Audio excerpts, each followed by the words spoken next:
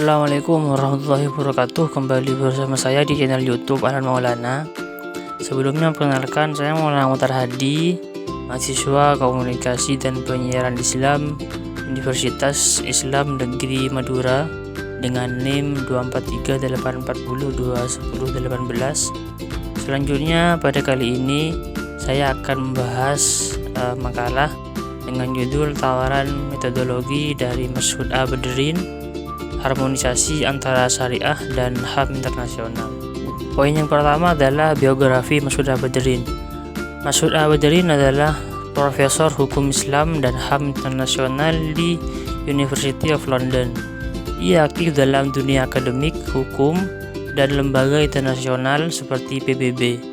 Fokus kajiannya adalah hubungan antara syariah, Islam, dan HAM dengan karya monumental seperti International Human Rights and Islamic Law. Ia juga terlibat sebagai penasihat independen PBB untuk isu HAM di Sudan. Selanjutnya adalah hak asasi manusia. HAM atau hak asasi manusia adalah hak dasar yang melekat pada setiap manusia sebagai anugerah dari Tuhan. Beberapa tokoh seperti Kuncoro Purbo Pranoto, Muladi dan Baharudin Lopa sepakat bahwa HAM bersifat kodrati, universal, tidak dapat dicabut, dan harus dilindungi oleh negara. HAM tidak bersumber dari manusia, melainkan dari hakikat kemanusiaan itu sendiri. Hukum Islam dan kaitannya dengan HAM. Terdapat dua kutub dalam diskusi hubungan HAM dan syariah. Yang pertama, kubu antagonis yang menganggap bahwa HAM sebagai agenda barat yang mengancam budaya Islam. Yang selanjutnya adalah kubu akomodatif yang melihat adanya titik temu antara syariah dan HAM.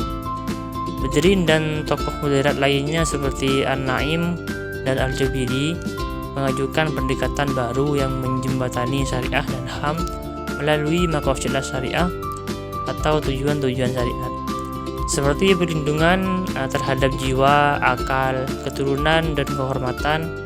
Dan mereka menegaskan bahwa syariah dan HAM ini memiliki nilai-nilai yang sama, entahlah itu dalam keadilan, kebebasan, dan martabat manusia. Poin yang selanjutnya adalah HAM dan hukum Islam dalam menguraikan kendala tradisi. Tantangan hubungan antara Islam dan HAM ini tidak berasal dari ajaran Islam itu sendiri, tetapi dari beberapa hal. Yang pertama adalah pengalaman historis umat Islam dengan kolonialisme dan imperialisme. Yang selanjutnya adalah dari kekuasaan politik yang represif dan penggunaan syariah secara keliru. Selanjutnya, dari kurangnya dialog yang sehat antara tradisi Islam dan konsep HAM modern. Kondisi-kondisi ini memperparah citra Islam di dunia global dan memicu kekerasan serta diskriminasi yang mengatasnamakan agama. Badrin menekankan pentingnya pemulihan nilai-nilai humanistik Islam dan rekontekstualisasi syariat agar sejalan dengan perkembangan hak asasi manusia. Selanjutnya adalah tanggapan Islam terhadap wacana HAM internasional. Dalam hal ini, Badrin mengklasifikasikan 5 tanggapan terhadap HAM internasional.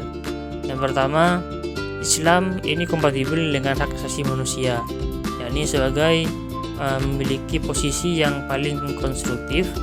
Yang kedua adalah HAM hanya bisa terwujud dalam hukum Islam, tapi diperlukan dialog terbuka. HAM adalah agenda imperialisme Barat yang hal ini harus dikritisi, bukan ditolak mentah. Selanjutnya, HAM bertentangan dengan Islam. Dalam hal ini lebih banyak dipicu oleh kekecewaan sosial politik. Selanjutnya, HAM bersifat anti-agama. Ini bentuk kecurigaan yang muncul akibat pengalaman historis sekularisasi.